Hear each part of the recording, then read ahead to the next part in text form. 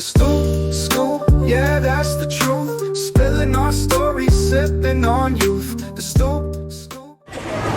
Hello everybody, thank you for joining me for another edition of the Stoop Scoop. Now my production team has told me to remind you to click like and subscribe. That's the problem with being a Gen X guy in this new generation. So I need you to like and subscribe, and while I'm talking about my production team, I have to thank them. My goal in creating the Stoop Scoop was to give you a sense of what it was like in the 1980s, back when I was hanging out in Sunset Park, hanging out and just shooting the breeze on stoops, very often just about 6 p.m. on a Saturday night in Sunset Park. And my production team has gone out and secured a stoop 1 block from where I grew up. We're in Sunset Park. It is a Saturday night. It's just after 6 p.m. and I may never do a better job of recreating that vibe for you than we are right at this moment. So thank you for joining me on the Stoop. Thank you to my production team. My name is John Duane, partner with BrookBridge Private Wealth, and at BrookBridge, one of our client segments is the sports, entertainment, art, and media segment. And I like to have great conversations with people in that space, and with that in mind, I couldn't do a better job than securing my guest tonight. He is a lifelong professional in the music business. He's a writer, he's a commentator, he was a music executive, he had his own indie label, and now he is the author of the book Slacker, or as we would say in Brooklyn, Slacka, 1991 Teen Spirit Angst and the Generation it created, Generation X. Ladies and gentlemen, no panicky, it's Rob Janicke. Thank you, John. Rob, welcome to the Stoop. How are you? Thank you. I'm great. How are you? Good. Now, full disclosure, Rob and I were friends in high school. Yeah. So just so you know, this is not a stranger and another stranger getting together. Rob and I were friends in high school, and I've had the opportunity to watch your career as it progresses and some of the amazing things that you've done. So I'm thrilled to talk about the book. Tell us about it, tell us what it is, and tell us, even more important than that, kind of the vibe that you were doing when you put it together. Yeah, sure. Well, thank you again for having me. This is great. Yeah. I love being back in Brooklyn, so this vibe is perfect. It's the vibe. Great place to have a music conversation. Yep. So the book was something that I came up with in 2020. It was during the pandemic. It was April.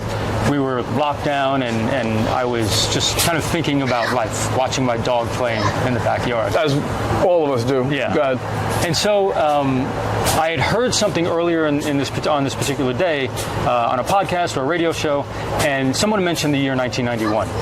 And it just, something happened in my head, and I was like, wow, 1991, great year, but really long time ago. And next year, meaning 2021, it's going to be 30 years. And that blew my mind, because I don't know about you, but when somebody brings up the 90s, I still think it's about 10 years ago. Yeah. 15 at the most. Right. And it's 30. Yeah, that's... We have to check the math on that, but I'm still not even sure, but go ahead. So I went inside, and being a writer, I just always take notes and ideas and just kind of see what they become. And so I went in and I was just writing down things about the early 90s, the music scene, where I was, the music I was listening to, the shows that I would go see. And over time, weeks and months, I realized I thought I had a book on my hands. I had never written one. I didn't know how to write a book. I didn't know what to do with a book once it was written. But I thought this was going to be that. And fast forward to 30,000 plus words through this book. I found a publisher, or a publisher found me, luckily, and they came on board, and 30,000 turned into 40, 50, over 60,000 words, and what you're holding in your hand is the result. Now you banging that out in a notebook? Are you typing? What's the...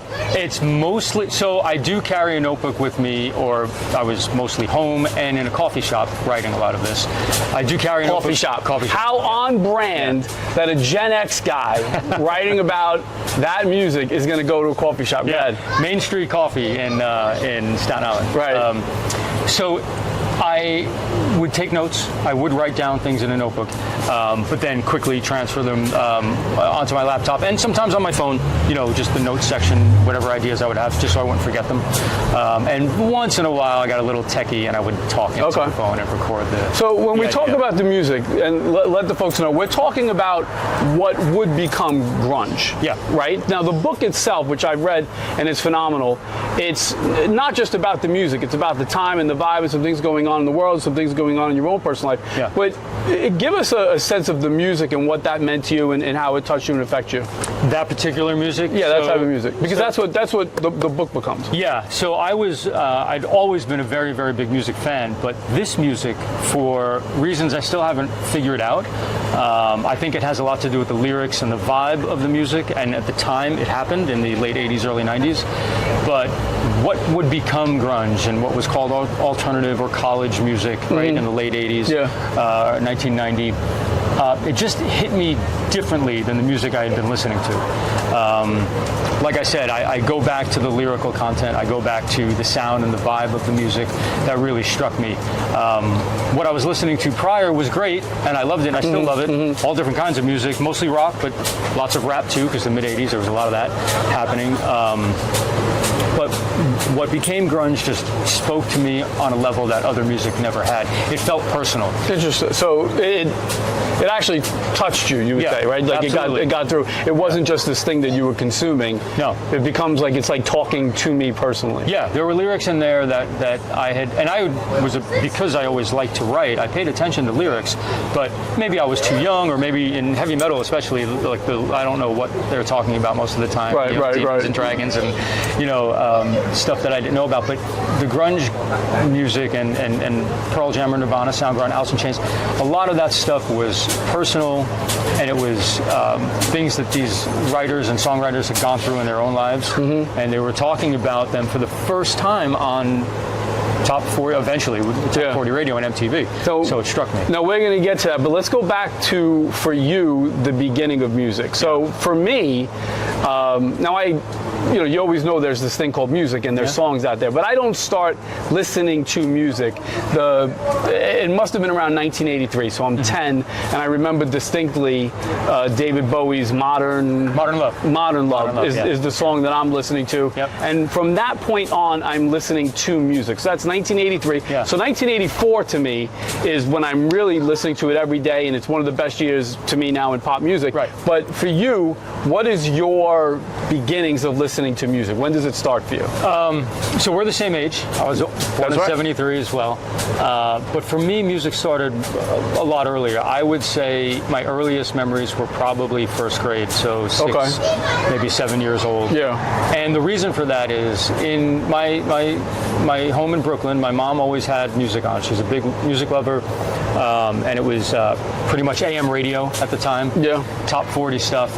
And I remember distinctly hearing the Beatles and the Rolling Stones, Elton John, Billy Joel, James Taylor, anything from the mid and late 70s that was popular was just playing through my house at all times. And I think the melody, I was too young to understand anything about music, what it was, lyrically, anything. But those bands that I mentioned, there was so much melody in those artists, in those songs. And I would remember, if not the lyrics themselves, the vocal pattern or the chorus, I would hum it or sing it. So from a very, very early age, music actually had like an effect on me. So by the time, now you write in your book, by the time 1984 comes, you and pop music are beefing a little bit. I mean, in a way, yes. I did get a little, and this is weird to say at such a young age, but I did get tired of pop music, and I was introduced by older cousins and some older cousins for one, and then friends I had on my block, their older brothers. When I would hang out at their house, the older brothers were always playing the music they liked, and that music was mostly heavy metal. Iron Maiden, Judas Priest, Black Sabbath. Yeah, that's legit heavy metal. Yeah, it's not what we would try to plug into it. No, that was especially Sabbath, right? They created metal. So I remember hearing those songs right around 10, 11 years old. So where you were just starting to like music, I was now finding a new type of music. And is that appealing to you? Like, are you listening to it and saying, I like this? Yeah, and there were two things specifically, and it's funny, we just talked about metal. One is not metal, but you mentioned them earlier. David Bowie's Space Oddity had a massive effect on me. Wow. And Iron Maiden, the Number of the Beast album was what I vividly remember in my friend Jimmy's basement with his older brothers playing that, and it was like an awakening. Okay. Yeah. So as I mentioned, for me, around 1984 is, so 1983, 1984, I'm listening to music, and that's straight pop music. Yeah. Michael Jackson, Madonna, etc. By the time the late 80s, early 90s come, I'm kind of going in a different direction. I had somebody hand me a tape in, I guess it was around 1986 or 87, that had some Judy Torres on it. And so I started getting into freestyle. Now you find yourself going in a different direction as well. And what's that? So there was a period after the metal period, right? I discovered rap, hip hop, but we called it rap when we were kids. Yeah, rap and hip hop, I find them to be cousins. Yeah. Hip hop I find to be rap with better music, but that's how I think of it. But it makes sense, yeah. So in 85, 86, Run DMC, Beastie Boys, LL Cool J, a little bit later Public Enemy, that all became big for me. Along with punk rock. So I never left, rock never left me, but rap became something kind of big. But then, around 87, 88, there's this underground music starting to happen. And I was lucky enough to have a friend, and I talk about him in the book, somebody our friend Pat. He was one of the guys that always kind of knew the music before everyone else knew the music, one of these underground kind of things. And he handed me a cassette tape one day in high school. And on that tape were bands that a couple I had heard of, just a few, but most I hadn't. And those bands that I hadn't heard of and no one had heard of, except for Pat apparently, would become very famous just a few years later. So bands like Nirvana, Soundgarden, Sonic Youth was on there, Fugazi was on there, Faith No More was on there, Violent Femmes. So Pat, so Rob was good friends with Pat. Pat to me was someone I knew. He sat next to me in what I think of as Keenan's religion class or something. And hey, how are you? What are you into? Stuff like that. And when I asked him about music, he ran off a litany of groups that I've never heard of, and I may not have heard of since that day. Like, I think you seem to remember. Like, I think there was an Echo and the Bunnymen. I swear one of them was, I think he said Dead Kennedys. Yeah. And I realized that me and Pat, were listening to different kinds of music, but he gives you this tape. Yeah. And now, so I listened to the tape. I immediately fall in love with it, and there was a song on there from a band called Nirvana, About a Girl, which is always about a girl. It's always about a girl. It was on their first record, Bleach, which came out, in '89, I believe it was, and the world hadn't heard of them yet. But I liked that song so much, and it's weird because Nirvana's known for Smells Like Teen Spirit and heavy music, fast music, but that song is a jangly guitar song, very Beatlesque. Notice Rob does a guitar while he says jangly guitar. It's impossible not to. It's a Beatlesque type of melody, and Kurt Cobain famously was a massive Beatles fan, as most musicians tend to be. And so I loved that song, and I called up a friend and I said, come with me to Sam Goody by Kings Plaza, off Flatbush Avenue. They have like a cookie barn there, which is one of the best cookie places in the world. And I said, I need to get a record or an album by this band Nirvana, and would you come with me? And he's like, the band what? Nevada? Who are you talking about? And I tell that story in the book too, because that's how unknown Nirvana was at this point. And I went, I found it, and I got it, and I listened to it. And it's funny because the song About a Girl, the other songs on Bleach sound absolutely nothing like that song.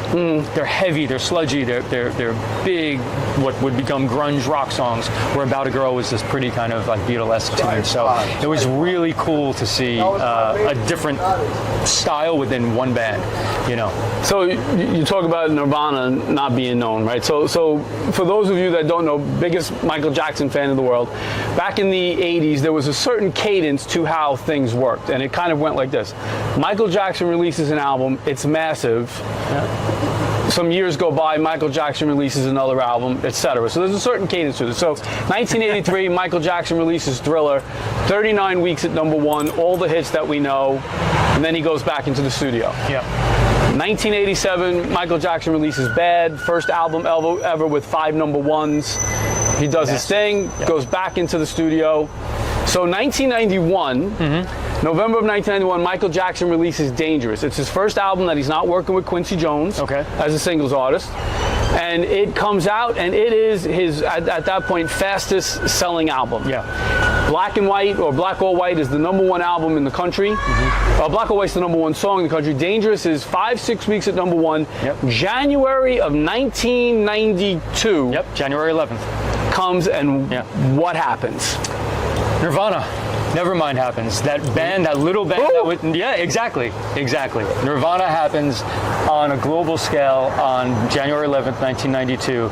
Nevermind overtook Dangerous to become the Billboard #1 album, and nothing has been the same since. Nothing has been the same since. So now the fun part of this, if you're not into that music, if you're not in that scene, and you're listening to like I Am Freestyle or Michael Jackson in the pop world, you're living your life, and then all of a sudden, dum dum taka taka taka dum dum taka taka taka dum dum, and you're going, where did this come from? What what on the other side of the fence?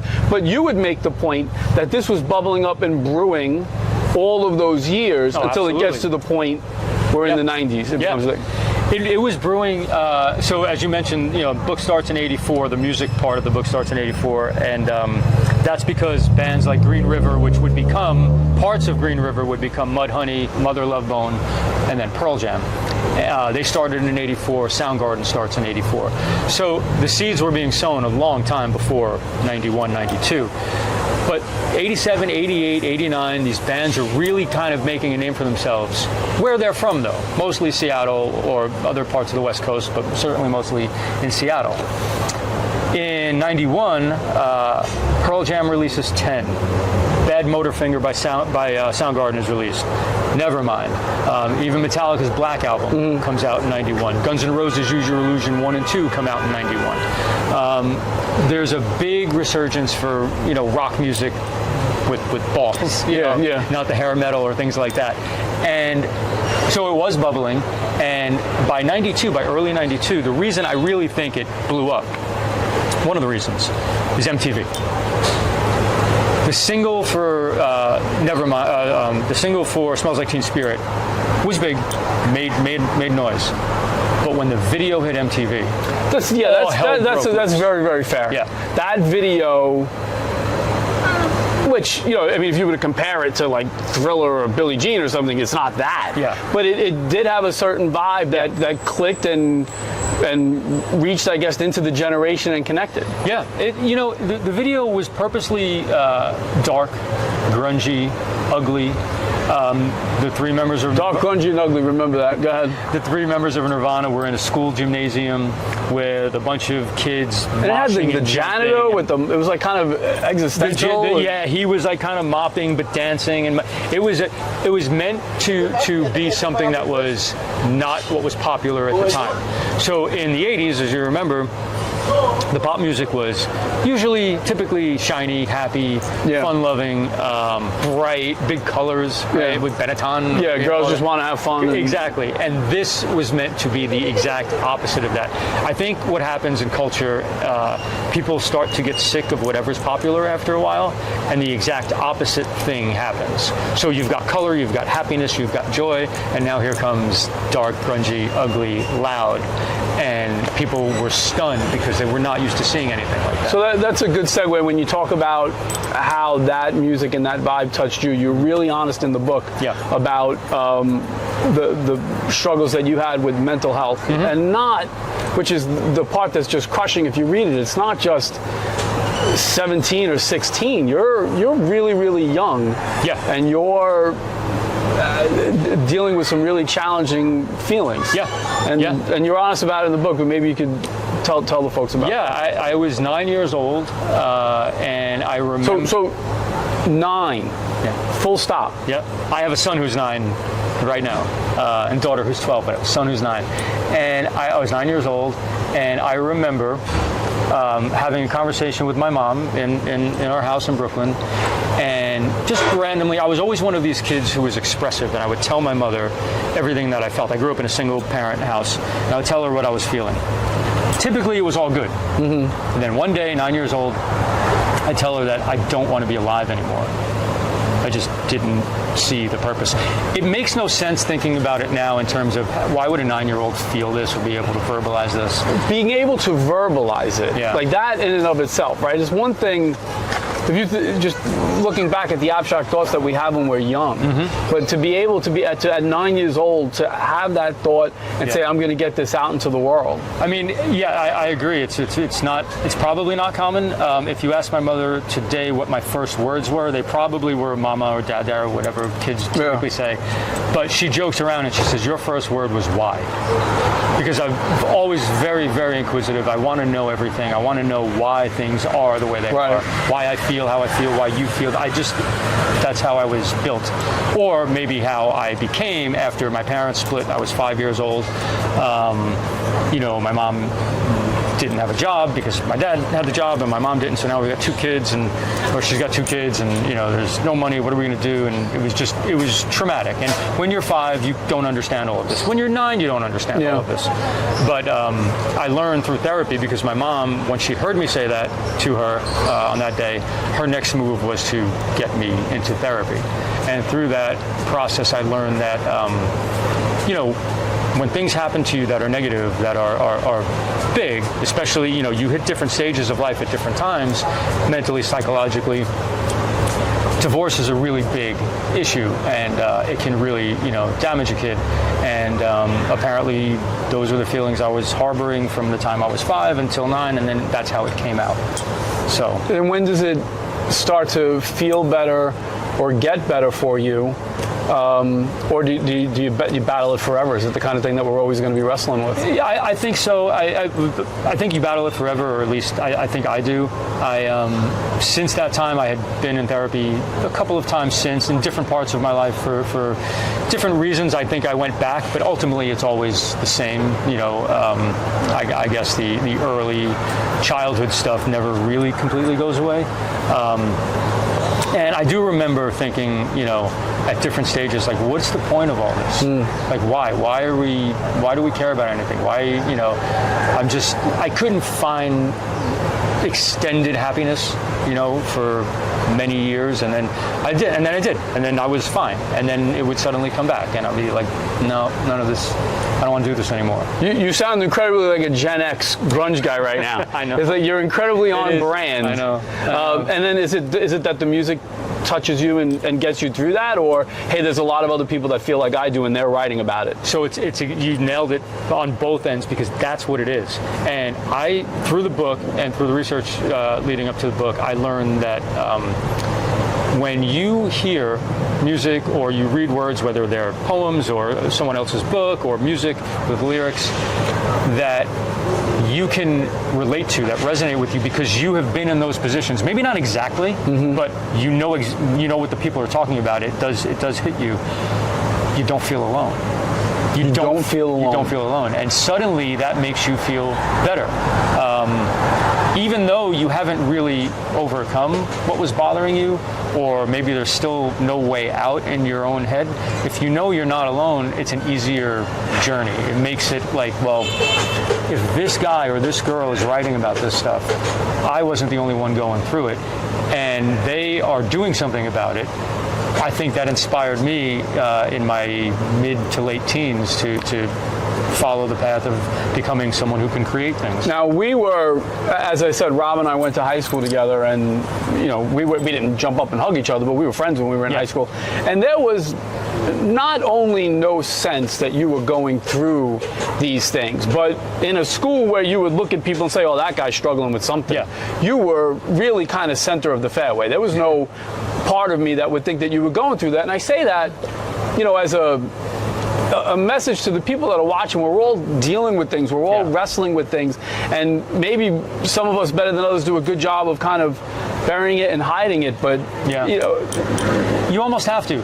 I wasn't, so some of the issues I had that I couldn't really relate to with some of the musicians I was listening to were drugs. I wasn't the drug addict. I never took drugs. I wasn't a drug addict. That's a lot of what they wrote about.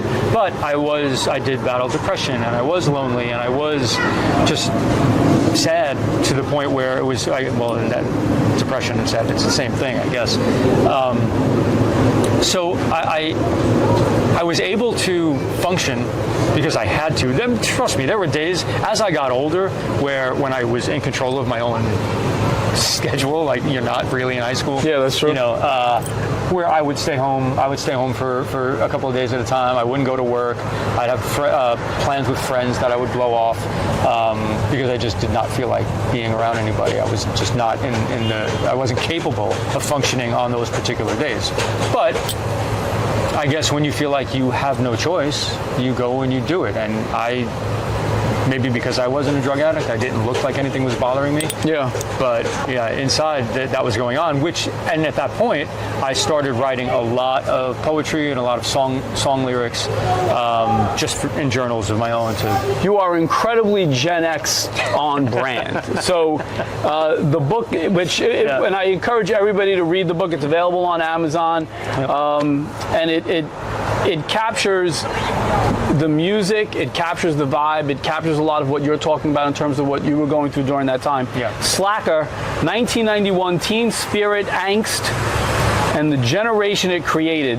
That captures it, right? It's that teen spirit, angst, and the generation it created. And you have a huge announcement as it pertains to Slacker. Yeah. So while I was writing the book, I'm in constant contact with my publisher and the editors, and we're always talking about ideas and whatnot. And towards the end, when the book was basically going to be set to print, editing had been done for the most part, when we're just talking about things, we said, out loud, just in conversation, like, this kind of feels like a documentary. This is built for one. Yeah. Not knowing at the time, myself nor my publisher, that the several years since, because it was several years in the making, my publisher would go on and acquire a production company that they had worked with, because some other authors of theirs had done some TV shows and things like that, and they acquired this production company. And then through that, they started working with people who make films, big feature films and documentary films. And it was sort of quietly, I didn't really know what was going on. It was being talked to some of these people about the possibility of, we think we have a documentary on our hands, and someone agreed. And Ken Burns is directing it. Is it no? They're talking to a lot of directors. I haven't heard his name, but so Ken Burns, if you're available, there is still an opportunity for you. So Rob, thank you for being so honest and so forthcoming. It was an interesting time. It was a magic time. Thank you for capturing it. Thank you for being honest about what you were going through. We're going to learn more about you with the actual Stoop Scoop. Okay. All right. So these are 10 or 11 questions designed to know everything about No Panicky, Rob Janicke. So Rob, question number one, and now, for you, this might actually be a bit of a challenging question to answer. Question number one, who is the most famous person you have ever met? Oh, okay. Can I give you two? Because one. Sure. Okay. The reason why one was over the phone, so not really a meeting. In today's generation, it would be, or a texting. That's a good. That's a good point. I should ask my production assistant if a phone conversation counts as meeting. But go ahead, give me two. So the phone conversation was Mike McCready of Pearl Jam, their lead guitar player, which in my world, as big as you're going to get. And the story about the phone call is in the book. And the other more famous, I think, in culture person that I've met in person is Monica Lewinsky. We're going to stay here. Tell me the story of how, where, and when you met Monica Lewinsky. Some of our younger viewers may need to look that one up. My target audience knows exactly who that is. Yeah. First, let me say she was really, really nice. We had a great conversation, and it was on an airplane. This is already one of my favorite stories. Go ahead. I was sitting in the row in front of her. Right. And it was a business trip. It was in somewhere between 2000. 12 to 15 area, somewhere in there. I don't remember exactly which year. And we knew it was her, of course, you know. And when the flight comes to a when we land, you know, people just kind of stand up, right? Pet peeve of mine, gives me anxiety that everybody that's behind me in a plane is going to rush off before I do. I don't like it. Even though the doors aren't even opened yet, it's ridiculous. Just wait. But we all go do ahead. it. So we're standing up, and I'm like, my arm is on the chair, you know, the thing, and she's right there, and it's like, I don't remember how it started. And you said, Monica, I'm a big fan of yours? I did not. No. We just started talking, like, you know, whatever. You look at somebody and somebody says something and conversation starts. But now she was really cool because she has to know, especially she knows that you know. Right. She could tell by my age, but of course. Really? And so, but we were talking, and she goes, "Oh, hey, by the way, do you have another piece of gum?" I'm like, yeah, sure. So I gave Monica a list. But what would have been awesome if she said, "Excuse me, aren't you Rob Janicke?" No. She wouldn't have known that then, and probably not now. I love it. That's a great story. 3 people, if you could have dinner with any 3 people, who would they be? 3 people. Past, present. Yeah. Okay. Well, two right away, and they're past because they're no longer here. George Carlin and Joe Strummer of The Clash. Okay. Third, Chuck D. Okay. Chuck D's awesome. Right. Yeah. Fight the power. Yep. What neighborhood did you grow up in Brooklyn? The Old Mill Basin area by Kings Plaza, East Flatbush, or whatever you want to call it. Your favorite thing about growing up in Brooklyn? So if you're not from Brooklyn, this might be difficult. The neighborhood was the playground. Every morning during the summer and on weekends, from 9 o'clock, we'd be in the street playing stickball, turning it into two-man touch football, and we'd be out until 10 o'clock at night playing manhunt. And we stopped for maybe a pretzel and an ice cream when the truck came by. That was it. That answer right there is why I do the Stoop Scoop. For people from Brooklyn who know everything he said, and for people that aren't, to get a sense of and there were what like it was. 30 kids somehow, some way, all the same age. It was ridiculous. Absolutely great. Now, so much fun. Now, you live in New York City now. You're on Staten Island, so it's a little asterisk on that. But your favorite thing about living in New York City? This is going to be a positive and a negative, the answer, I think. I like the toughness and the attitude that you have to have just to survive. Yeah. I don't like... By the way, he means survive literally. Go ahead. Yeah. I mean, we can probably share stories of being young in Flatbush Avenue or here. In this neighborhood. So it gives you a sense of confidence, just to be aware of your surroundings and be able to take care of yourself. But it can go really wrong the other way, too. Sometimes it can become overdone, for sure. So you got to find a balance, but it does give you some toughness and some grit. I like that. I think I know the answer to this. Beaches or museums? Museums. Yeah, we knew that one. Favorite movie of all time? I'm going to say, don't say this is Spinal Tap. Yeah, right. Non-music movie. Favorite movie of all time? Oh, man. Cliche, but I love Goodfellas. Okay. I love Goodfellas. That works. Yeah. And if you're from 1973 Zavarian, it's one of those films when it comes on, you just never. That's true. And I'm gonna throw Pulp Fiction in there too. Is excellent. Yeah, excellent. Pulp Fiction changed things. Yes. Pulp Fiction was. Yeah, it was. It hit, and what came after was different because of it. The top of your pyramid, your absolute all-time favorite music artist. Wow. Oh man, this is the hardest question so far. Really? Yeah. I thought this would be. No, I can't. It's hard to pick just one because I love so many of them. I'm influenced by so many of them. But having said that, just one. God, because it's this whole half of my life. I'm going to say Pearl Jam. Oh, I thought you were going to say Nirvana. No. Okay. No. Pearl Jam. Unfortunately, part of the reason Nirvana was not around long enough. Not a ton of records. Incredibly influential and meaningful, obviously, but Pearl Jam's still playing, and they just mean a lot to me. Here's another one. Early bird or night owl? Early bird. Oh, really? Yeah. All right. Ever since I was a little kid. I was wrong. Yeah. Eat the cereal and whatever, the breakfast, 6 o'clock in the morning watching cartoons on Saturday. Yeah. All right. I'm still like that. Go-to comfort food. Go-to comfort food. I'm a Brooklyn guy. Pizza. It's pizza. Gotta be pizza. Yeah. Do you have a favorite? Oh, you know what? Can I L&B? Does that count? Sure, of course. I mean, it's because it's not the typical New York slice. I know. It works. That's fine. L&B Spavoni Gardens is what he's referring to. Yeah. The most memorable meal you've ever had? Ooh, the most memorable meal I've ever had. Not that big. You got a B. Attack us. Excuse us. Okay. So it was a chimichurri steak dish that my then 6-year-old daughter made. Wow, that's awesome. Every month we would get this package of food. It was for kids designed to learn how to cook. Yeah. With supervision, obviously, whatever.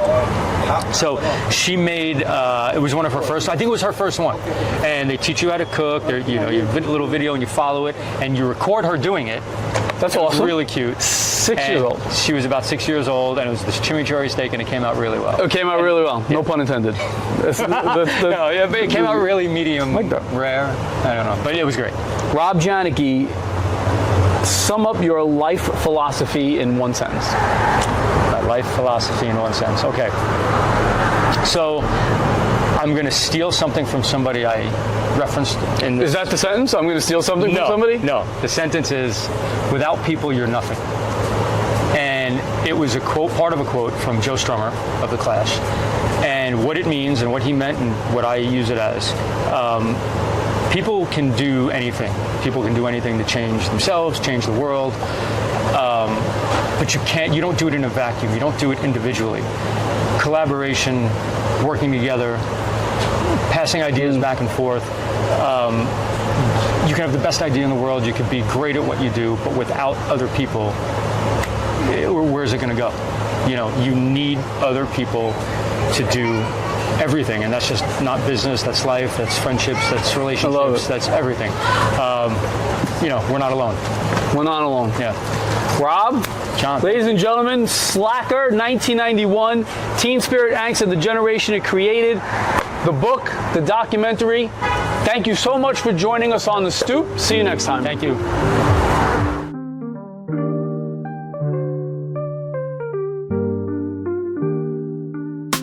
Jet paint on bricks, the color of rust. Feet on the stoop like they're earning my trust.